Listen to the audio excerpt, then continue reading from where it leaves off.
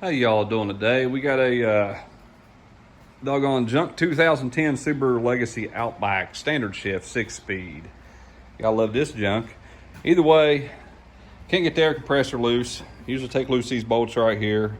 Well, I'm gonna take loose these lines and discharge it this time instead of fold it out the side. Everything's rusted up on this thing severely. I come in here to put a clutch in, and I can't even get out the engine yet. I'm also going to put in the whole subframe on the front because it's rotted out real bad. I'll have to show that after I get it out. But the bottom bolts down there, I couldn't get the very last two bottom ones on the bell housing. You got to pull the axles out in order to get them on this standard shift right here. But the fun part's coming. I also have, let me go over here, and we also have the bolt on the lower control arm seized up. So to save these control arms, I'm going to probably just wind up cutting this off because we're replacing the whole subframe on that. You can see why. I mean, the other side's worse. We got a bunch of holes in that thing. Broke a exhaust manifold bolt also. I'm going to drill and helicoil it. And I worked with that for 2 hours trying to get all those off so they didn't break. I got all of them but that one. But we're gonna go ahead and get the rest of this apart and show you this mess here. But this is ridiculous. I have never had this much of a problem. I also have to do a timing belt on it because I checked this timing belt, and the bolts are pretty well shafted. They're gone. So we're gonna knock those out. If can't get them out, I'll wind up busting the timing cover and have to order a new timing cover for it. But his belt, I think this car's got like 150, 160,000. It's never been changed. It's got dry rot cracks on it.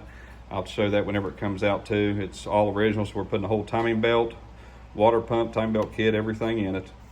And I don't know what's going on with these Subarus, y'all, but this is ridiculous. I mean, and don't know if spark plug's ever been changed, but I'm kind of dreading doing that too because those are, the bolts are rusted up pretty good on those. They should come out.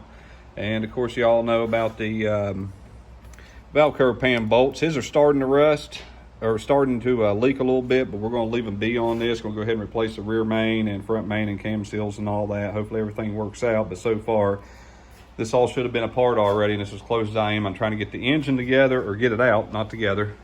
And what I'm having a problem with right now, which I got it broke loose finally, I had to take a screwdriver, drive it down through the bell housing right there, and finally broke it loose. Oh, also smashed my thumb. How nice. That's gonna be a good one. Smashed my thumb with a 3-pound hammer. I was swinging the heck out of it trying to get it done. It kind of tangled a little bit, but just wanted to show you all that. Both ball joints on each side. The cotter pins are going to have to be drilled out because I had to, can't really show you that on here, but had to just go ahead and shear them off because they wouldn't come out. And you can see some more rust on it right there. I mean, this is uncalled for.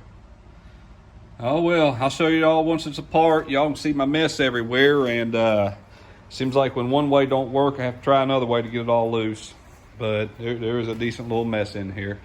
All right, let's get on with it. I'll show you it all apart here in a little bit. Okay, here's one of the things I was heading for. This is the cross member on the bottom of the Subaru. And the control arms will not come off. I got one bolt out right there. You can see why I replaced it. See all the rust all the way through there. Broke bolts left and right, so I gotta go buy new bolts. I gotta buy these bolts, and he's probably going to have to get control arms too because I beat the tar out of that thing.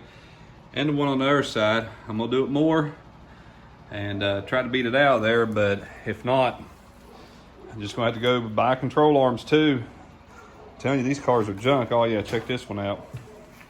Timing cover, demolished it. All the bolts was rusted so doggone bad. Let me get one of them here. I even put an 8mm on there, and it's a 10. There's one right there. I mean, I just couldn't get them off. I got some of them out. Here's one that's real bad I actually got out. Snapped one off on it. I got to do the timing belt on it because this is original timing belt, and it is dry rotted and cracked. So we're going to do the whole thing: water pump, timing belt assembly, everything. 3 idler pulleys and tensioner. And got to do the rear main, the clutch on this. Here's what this looks like. I left the rack and pinion dangling. Got the axles out to clean them back up. Popped out the axles, so I just get out the motor on this standard 6-speed, pain in the rear. And yeah, I love them motor mounts right there. Check those out. And man, it does some real good designs here, but at least I did get out the cross member in one, well, no, not really in one piece, but I didn't break no bolts off in the frame, so that's a plus. Oh man, I didn't want to do this job, y'all. Just too much. And the throwout bearing sounds pretty good. Well, y'all, that's it for this one. I do have to, I think I already mentioned that, I have to get a helicoil for the engine. I'm just showing y'all taking it apart. I'll put it back together, but that's what it looks like. But yeah, you gotta remove those 2 axles just to get the doggone 2 bottom bolts out. Tried everything, swivels, wrenches, whatever, nothing would fit in there without trying to kick off, so I had to pull them axles. You didn't usually have to do that.